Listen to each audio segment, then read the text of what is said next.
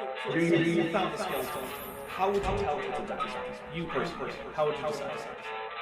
Well, interesting question. I don't know. I'd have to do some research on this.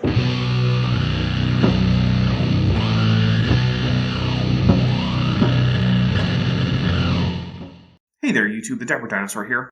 We're still going on about ICR's amazingly incompetent guests, Joe Martin and Frank Sherwin. Frank was just telling us about how Catholics aren't Christians, and that he was in the Navy aboard the Connie, a ship I visited after she was decommissioned. He took me to a fellowship in the ship's chapel, USS Constellation, January of 71. And the third verse is, just as I am, I went forward and received Christ. And as a tiny ship's chapel for an aircraft carrier, I think it doubled as a broom closet. But I got saved. I was still an evolutionist. I can't say how big the chapel was on the Connie, but I do know that on my ship, it was fairly small, although it definitely did not double as storage except for some shelves with religious texts donated by various religious groups, such as Bibles, catechisms, Books of Mormon, etc.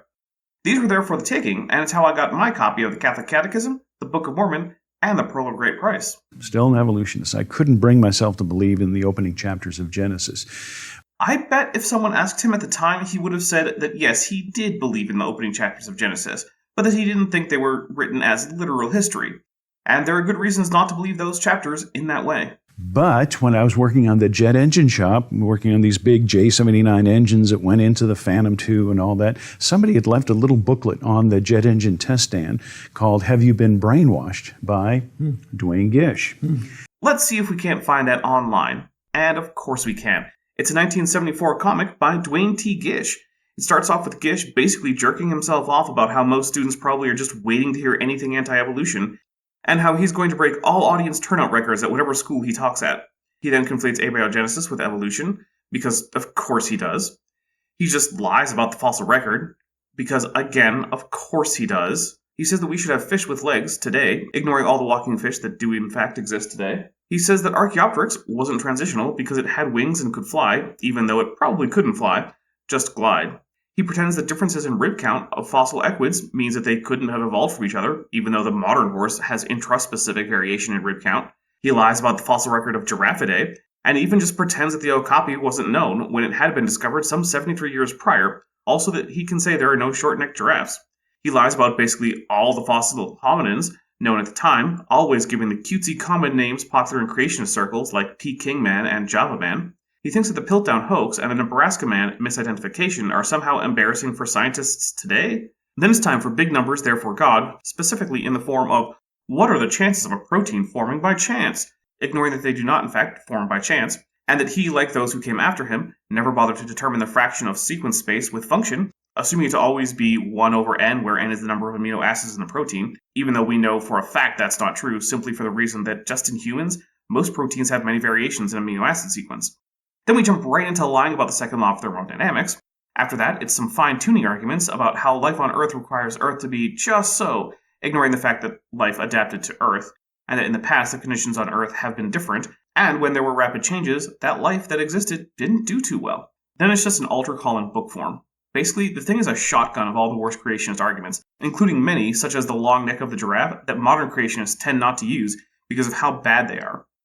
I can't see how this convinced anyone who wasn't already inclined to believe it, and at least in the case of Frank Sherwin, it seems like he was already inclined to believe it.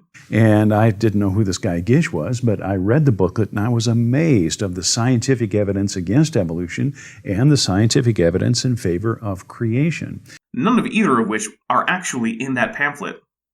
Even if it weren't almost all lies, it's not like it has citations, not that he could have checked while on an aircraft carrier in the 1970s, but he could have at a library when he was back on shore. So I read that 2 or 3 times, and I was hooked. I began to study creation science in this organization in California called the Institute for Creation Research. Never heard of it. Never heard of it. And so I got out of the Navy and went to college, majored in biology, and was using ICR literature as I was taking my biology classes. I've read some of the 1970s and 80s ICR literature. It's even worse than today's stuff, and that's saying something. Graduated, joined a city fire department for about 5 years, and when I was on the fire department up in Estes Park, Colorado, there was an ICR speaker named Gary Parker. So I drove up my little car up there with a cassette player and a fistful of cassettes, and I recorded every word that Gary Parker said. He did a Saturday seminar. I'd be interested to know if those recordings have been uploaded anywhere. I'd like seeing how the talking points of creationists have evolved over the decades.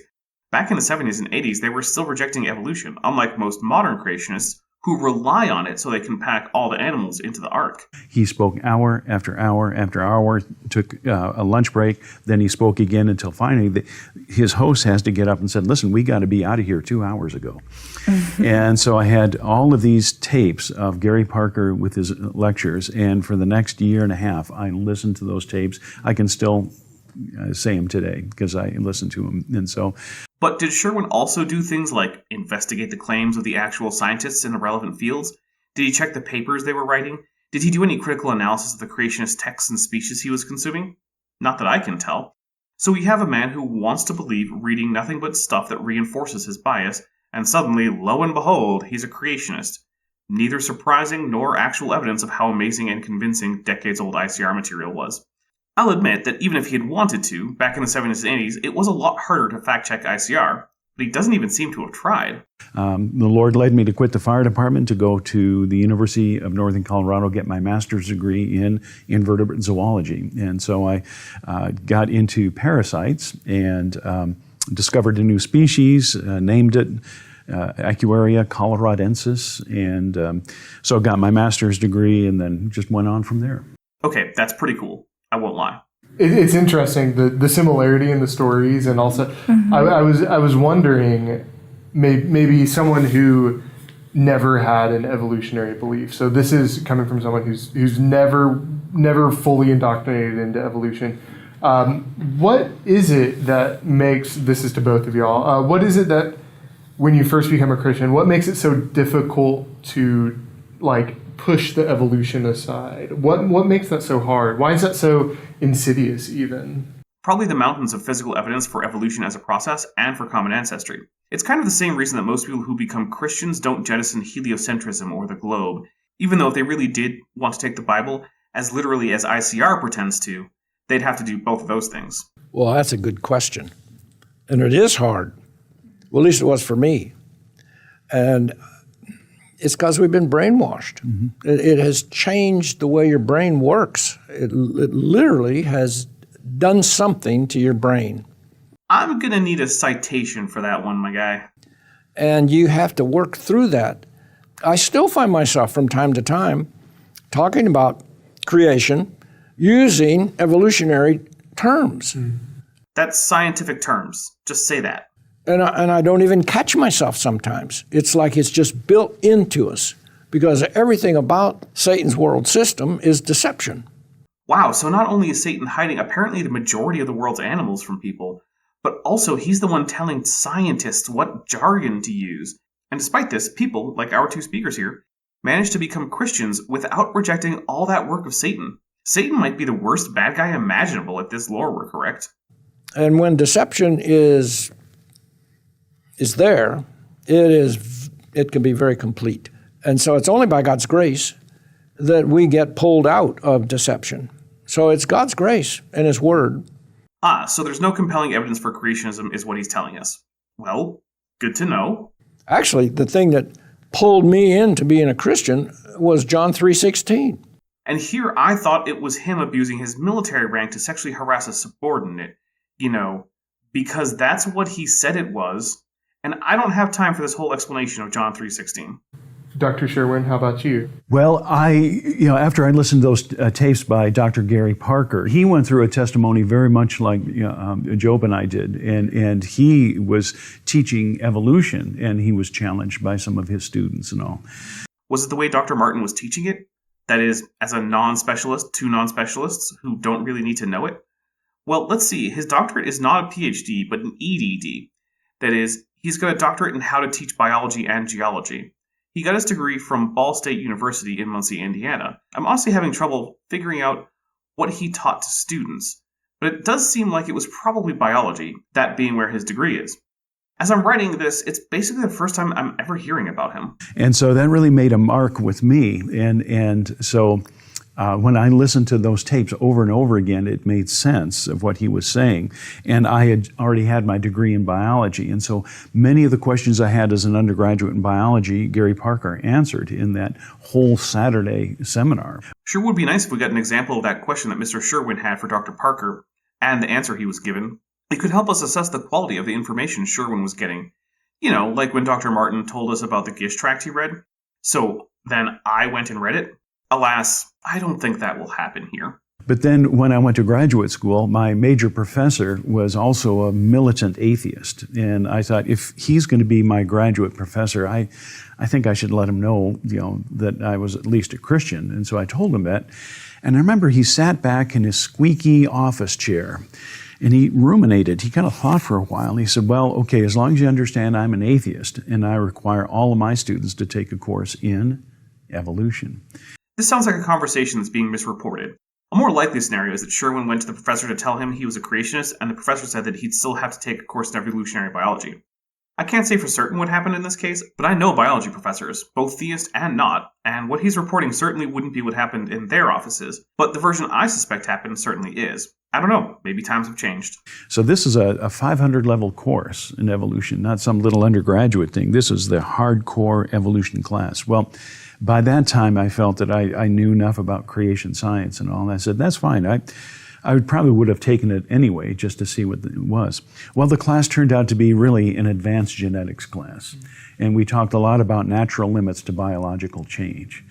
And so I was sitting in the front row taking lots of notes, but I didn't hear one fact of real vertical evolution. That is what we call macroevolution. Well, there's a reason for that. You see, creationists like to define macroevolution as evolution between kinds, without really telling us how we could know if that happened, because kind isn't really given a rigorous definition, and their empirical attempts to identify such groups are generally either hugely deficient in their dataset, don't show what the creationists say they do, or show too much. And so any actual evolution they can't deny just becomes examples of microevolution, even if it's something as extreme as the de novo evolution of multicellularity from single-celled organisms. And any evolution they must reject, like human common ancestry with other apes, is macroevolution.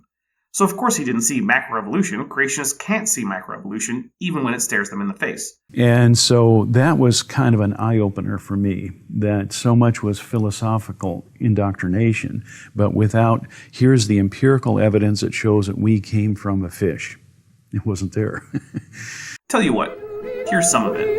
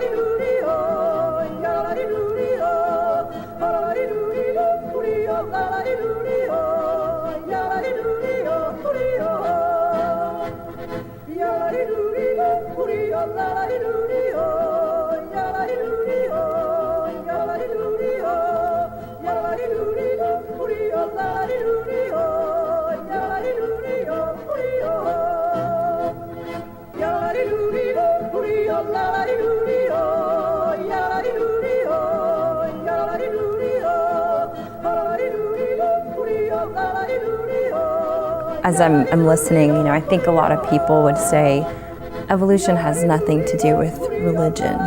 From maybe an evolutionary standpoint, if I'm an evolutionist, why are you bringing up maybe Christianity if we're talking about evolution? But it's interesting to see how, as you guys described, your backgrounds, because of that evolution, just mindset, that worldview, that framework, then it did mess with your spiritual understanding of God. Or did they say that? Because I don't remember either of them saying that being a theistic evolutionist changed their understanding of God. You had to work through that. So just because of, there just are certain things connected to evolution that will impose themselves on the way you view God or anything related to faith. So I love you guys being open and honest about your journey through that. Honestly, it's hard for me to see which dogma of Christianity is negated by evolution. And that's probably why, when asked, most creationists will say that being an anti-evolutionist isn't a requirement to be a Christian or saved. You think 5 years? Why couldn't somebody just tell me something and, oh, okay, I'm a Christian, I believe it. Look what the Bible says right here. No, it wasn't that easy. It's almost like texts need to be interpreted, and texts from thousands of years ago, written by people with an almost completely different cultural context, might be especially tricky to interpret for a layperson without any particular expertise in that cultural background or the languages in which the texts are written. But then once you realize we can trust the Bible, it is true, there's no way evolution, Big Bang to molecules to life to man could happen. It's totally impossible. The evolutionists really admit that in their literature when they're saying this suggests or this is probably or maybe or we hope. What they're really saying is that they're being honest about the fact that science hasn't reached complete certainty, and that scientists should be humble in light of that fact and not speak or write with unwarranted confidence. You know what? This is all in my head. No, it's in the data. Scientists don't just go about philosophizing and then just calling it a day. They go gather the data needed to test the hypothesis. Those data are not just in their head. And You don't know. Yeah, my science proves actually there is a God, there is a design in creation. That's what my science proves. Saying my science proves is basically just a huge red flag with pseudoscience printed on it in big, bold white letters. Real science doesn't prove things. Proof is for alcohol and math. Science demonstrates, shows, and disconfirms. It is empirical, which makes it fundamentally a probabilistic enterprise. The probability of an idea being correct in science is never going to hit 1, but after enough 9s accumulate after the decimal point, it's not much worth withholding a cent. Well, it's like, I think it was Dr. George Wald said, you know what? There's really only 2 options. This is a paraphrase. There's 2 options. Spontaneous generation, which is complex organisms emerging from dead matter as the supposed life force of the now dead organism spontaneously rearranges the dead matter into new life, such as maggots or mice. The phrase has a specific meaning. Which would be Big Bang to molecules to life to man over millions of years. No, that's cosmology, abiogenesis, and evolution, not spontaneous generation. Playing a word game to associate the conclusions of science with an incorrect idea that same science has already disconfirmed doesn't score you any points. It just means you're either dishonest or an idiot. Given the moral caliber of someone who'd use his rank to get a date with a subordinate in the military, I think my audience can guess which way I'm leaning. Or special creation. Notice how he said special creation? There's a reason for that. It's because there's also the concept of general creation, in which God creates some aspects of the universe, but largely allows it to develop according to the laws of physics after that creative event. Some theists say he did so at the Big Bang, others that he also created the first life and then it evolved from there. Dr. Martin is just setting up a false dichotomy. Now, my subscribers probably weren't all special creations directly by God, but I suspect most of them were created the normal way baby humans are made, or at least a close variant of it, even if science helped. But that doesn't mean they aren't special. So if you'd like to be special with them, make sure to subscribe to the channel and turn on all notifications so you're always in the know when I have new material. He said, those are the only 2 options we have. He said, Louis Pasteur and others over 100 years ago proved, demonstrated, not proved, spontaneous generation doesn't happen. Mm-hmm. So that only leaves us one option. Abiogenesis. Special creation. No.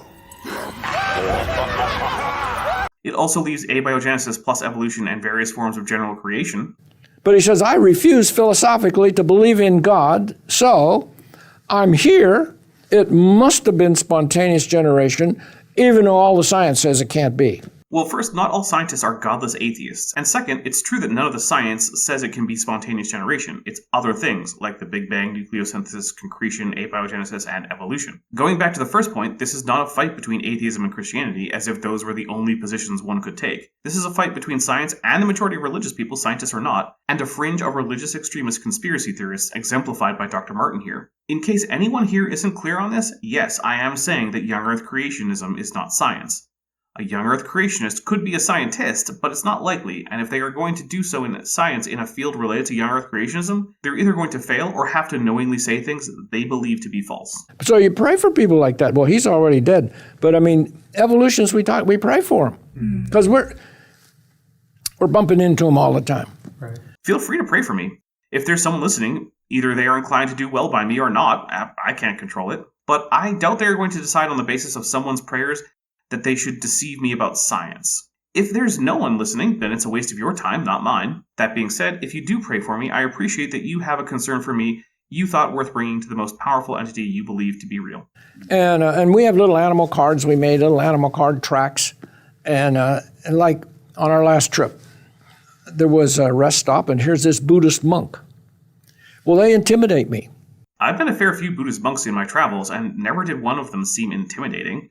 Mostly they were pleasant and offered me a blessing and a prayer card that was in a language I couldn't read. To be fair, I've also had a similar experience with most Christian monks. The ones I've met were pleasant to me and did not seem particularly intimidating or threatening. Okay. So he's standing under a tree, and I'm coming back, getting in the car, and my 3 ladies are already in the car. I said, well, did any of you give an animal tract or anything to the Buddhist monk out there? No. Dad, why don't you? No, I don't want to, okay. But okay, so I went out. I'm talking to this Buddhist monk, and I went and they're praying for me. I said, well, Lord, what am I going to say to this guy? He was from Thailand, and we're talking along, and I said, well, now, what do you think about Jesus? No Jesus, just like that. So he knew about Jesus, and he didn't want to hear another thing about Jesus. Okay, I thought that's fascinating, okay? It's not fascinating that someone didn't want you preaching at them. I recently had a similar experience where a creationist presuppositionalist wanted to debate me, by which he meant he wanted to go through a whole contrived speech about presuppositional apologetics based on God only approving the Bible, whatever that means. I told him I didn't care. I and this monk already know the claims of Christianity, at least at the basic level for him, and certainly more than that for me, but also possibly for him. We've both made decisions regarding our acceptance of it, and I don't currently feel the need for any ham-fisted preaching for a man who thinks that giraffes defy science, or who thinks that asking me if God authorized the Bible means anything to me. I don't actually have a problem with the idea of people trying to convince others that their religious views are correct. That is proselytizing. But when someone makes it clear they're not interested, it's time to back off. They're supposed to be open-minded. They want everybody to be enlightened, okay? Right. First, I'm not aware of any particular reputation for open-mindedness from Buddhist monks, but either way, they do want to help people reach enlightenment as a rule, and don't, as a rule, think Jesus has anything to do with it. But I did. I had some animal cards, okay? I don't remember which ones I gave him. I have a giraffe here. I gave him some animal cards, our little tracts. He took them. So I'm praying for the Buddhist monk. You might pray. He comes to know Jesus. I have to be honest, I don't understand tracts. I've never seen one for any position that I found convincing, even in cases where I agree with a conclusion. It's a little tiny bit of text that's usually unsourced with the most basic arguments. Yet I'm informed that apparently they do sometimes work. Those cards, so you're using animal examples. So let's go back and forth if we can go more into that. Both of you, just a few more examples of animals and how we can see that it's from a creator and that we give, God that credit. I have to admit, I actually kind of like those cards. I'm sure they're very stupid, but I also kind of want them all. But yes, let's hear all about the animals that couldn't have evolved for more or less no reason. Well, I have so many favorites, but I really like the relationship between the moth and the bat. Bats are designed by the creator to have this ultrasonic capability. It's a sonar, and it can paint its environment so well with its sonar and take in all that information that they can see with their sonar as well as we can see with our eyes. I guess echolocation couldn't evolve. Well, let's look at The Evolution of Echolocation in Bats by G. Jones and Eck Teeling, published in Trends in Ecology and Evolution 2006, which, according to Google Scholar, has a whopping 534 citations. Here we find that there is no apparent difficulty in the evolution of bat echolocation to the point that it has evolved more than once, been lost and re-evolved, and that many bat groups have convergently evolved similar echolocation.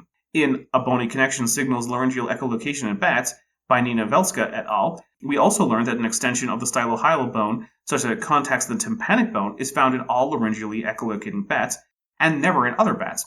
So for at least one group, that extension was important, but that doesn't seem like some problem for evolution. Bone size varies based on genetics. In Acoustic Imaging in Bat Sonar, Echolocation Signals and the Evolution of Echolocation, By J.A. Simmons and R.A. Stein, it's discussed in detail the variations in bat echolocation, perception, and sound emission. Additionally, they go over the evolutionary pathways by which they may have been derived. Nothing about this is impossible for evolution, as understood by evolutionary biologists. And in fact, there are many more papers describing bat evolution. All 3 of these papers are, of course, in the description.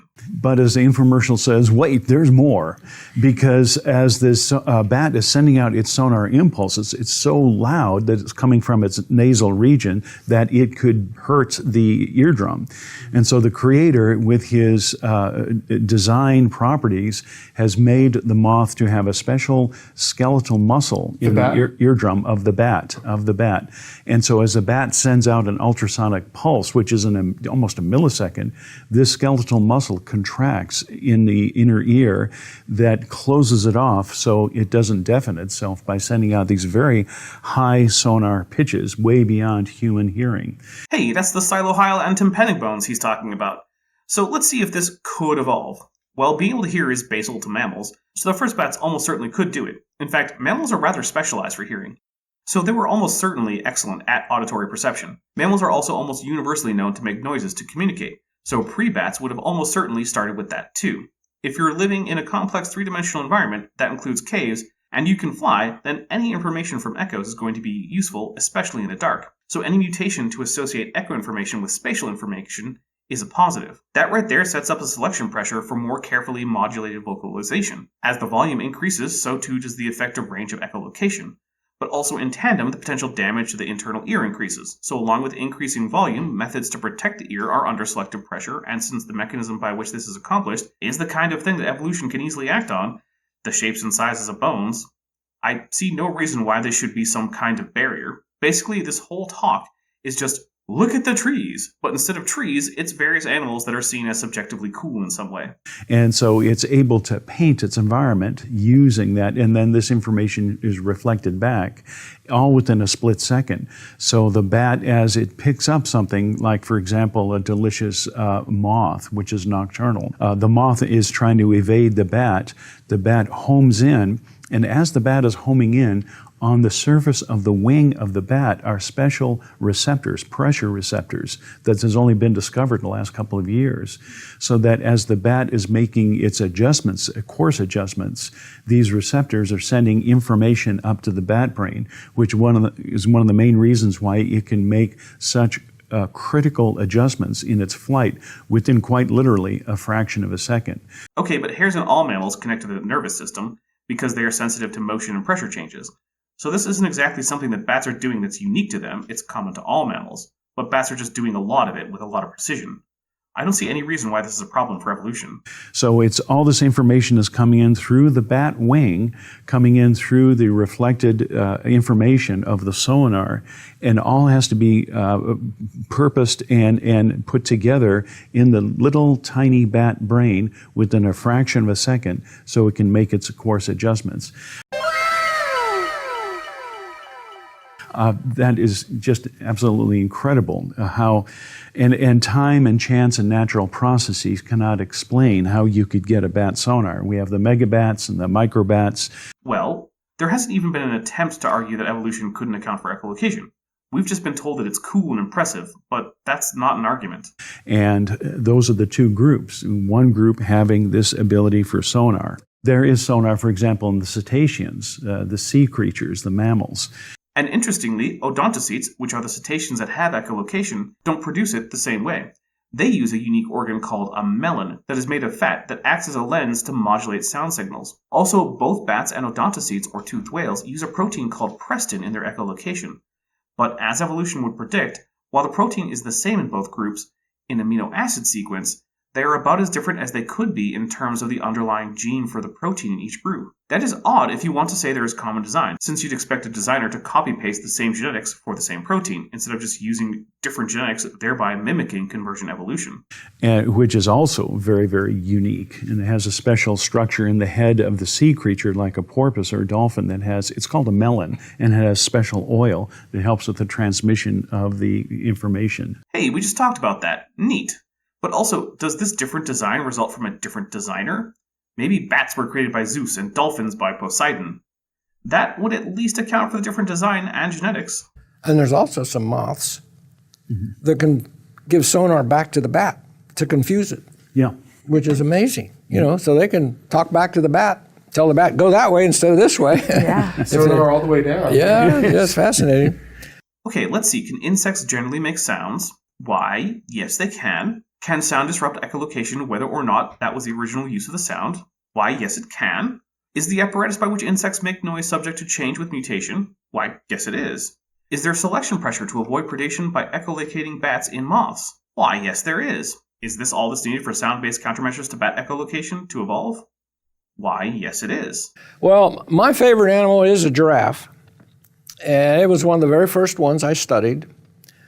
And it's stuck with me ever since. And I have shared the giraffe since probably 1972.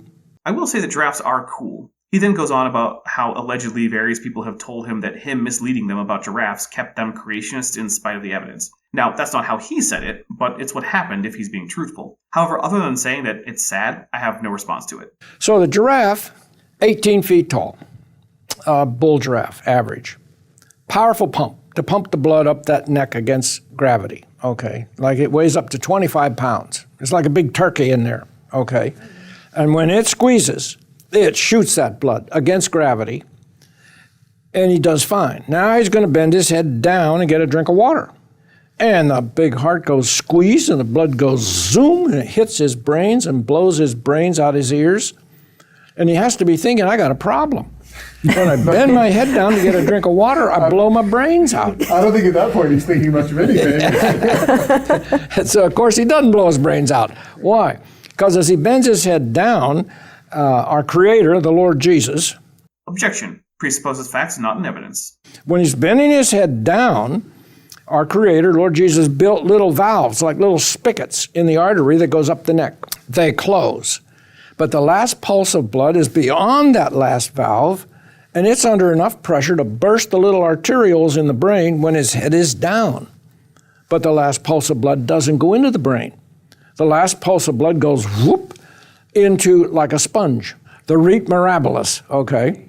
For this, let's go all the way back to Talk Origins, wherein Mark Isaac pointed out in 2004 that Darwin himself had already addressed this. Quoting, Darwin answered this claim in 1868. The claim assumes that gradually must mean one at a time. Not so. The different features could have, and almost certainly would have, evolved both simultaneously and gradually.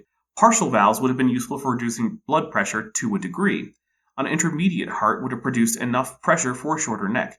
A smaller net of blood vessels in the head could have handled the lesser pressure. As longer necks were selected for, all the other components would have been modified bit by bit as well. In other words, for each inch that the neck grew, the giraffe's physiology would have evolved to support such growth before the next inch of neck growth.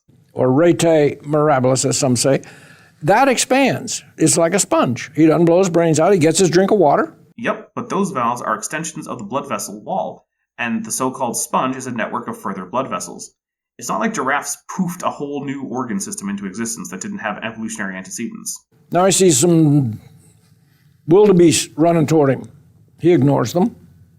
He sees a lion coming toward him. Oh, the lion wants to eat me. By the way, how does it know the wildebeest doesn't want to eat it and the lion does? Giraffes that routinely are scared and run from non-threats expend energy to do so, reducing the energy they can expend on reproduction. If they fail to run from actual threats, they will likely simply die, removing any further chance for reproduction. So in short, giraffes, like basically all animals, are under strong selection pressure to recognize threats and non-threats as such, and to react appropriately. And since we know that behavior is in part genetic, this is subject to natural selection, and thereby evolution. Okay. He said, I got to get out of here. So he jumps up, he runs about 3 steps, boom, passes out. Not enough oxygen to the brain. Is this suddenly a fake hypothetical giraffe? Because that's not what happens. Giraffes don't just pass out after raising their necks from having lowered them to get water. So while the lion is eating him, he has to be thinking, I got another problem here. When I get up too fast, I pass out, and the lions eat me. I'm going to have to evolve something here to fix this problem. Blood rushing from the brain when bringing the head up is common to basically all animals. It's just more of a problem for taller animals. The blood comes from the reserve that we've been calling a sponge, but as Dr. Martin mentioned, is more properly called the rete mirabilis. But this isn't a unique feature of giraffes. It's common across birds and mammals, and is simply a complex of blood vessels used to help equalize blood pressure in the brain of animals that would otherwise have significant fluctuations. Now, how extensive it is varies from organism to organism, with those who only have a little need of it having a very small one, and those who have great need, such as a giraffe, having an extensive one. But like the heart valves, this evolves in tandem with the length of the neck. So as the neck grows a bit longer, it also puts selection pressure on the rete mirabidae to grow larger. Evolution doesn't proceed by adding one feature, then adding a support system for that feature, and then another support feature. Giraffes didn't evolve giant necks only to suddenly find that now they needed valves and a sponge. The valve and sponge and neck grew together over time in the lineage that led to modern giraffes, while in other lineages that led to more normally proportioned giraffes, like the modern okapi, that didn't happen. Well, dead animals can't evolve anything to fix any problem, all right? Translation. Natural selection means that evolution can't happen. I'll admit, that's a new take for me, and it's quite the take. To turn it around, it's sort of like saying that I can't be a Christian because obviously Jesus rose from the dead. Pointing out that one of the central parts of an idea is true isn't your best argument against the idea. Just free advice for creationists.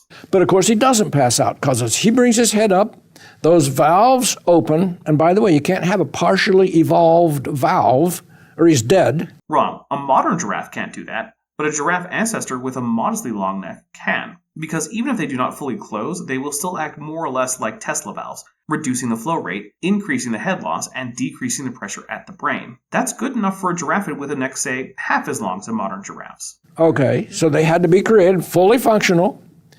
That sponge under the brain gently squeezes that last pulse of oxygenated blood up into his brain. He's doing just fine. Only God could do that. That's all there is to it. Or, it's extremely easy to explain via natural selection and mutation, which it is. I'm writing this in 2022, and it's been easy to explain since 1868 at least. So, more than 15 decades. In fact, most young Earth creationists actually would say that the long neck of the giraffe is a post-flood feature, since all extant and fossil giraffids evolved from the giraffid pair on the ark, and that was evidently short-necked, as it is the basal condition of Giraffidae. But with all that nonsense about giraffes out of the way, I think it's time for us to take a break. I hope to see you next time. If you liked the video, hit the like button. If you didn't, tell me why not in the comments, and hit the dislike video. Either way, please do subscribe and hit the bell icon and turn on all notifications so you're always notified when I have new content. I'm the Dapper Dinosaur. Thanks for watching, but before you go, I just want to say a special thank you to my channel members and my patrons, especially those pledging $20 or above. Bob Knob, Work in Progress, Benthoven, Tapioca Weasel, Denny5252, Ian Chen, Landon Knoll, Mabdy Babdy, McSpooks, Sphincter of Doom, The Venerable Bede, and Atheist Animal. As you probably know, YouTube is a very volatile platform, and from month to month my income on the channel can swing wildly. But the people you see on screen are directly supporting so that I don't have to worry too much about that, and the channel can keep going as it is, and perhaps even improving. If you'd like to join this team, there are links below to join the channel or in the description to join the Patreon. The Patreon starts as low as $1 a month, and the channel memberships start as low as $1.99 a month. On Patreon, you can even get a discount for pledging annually. If you do decide to pledge, you'll get access to an exclusive Discord server just for channel supporters, as well as early access to all of my pre-recorded videos, often up to 2 months in advance. Higher tiers will unlock even better perks. Now, if an annual or monthly pledge isn't right for you, but you still want to support the channel, there is a merch store down in the description, as well as an Amazon wishlist, just for me. And if financial support isn't something you can or want to do, then if you still want to help out the channel, please just like and share these videos and make sure you comment on them. It really helps the channel out. Thanks again for watching.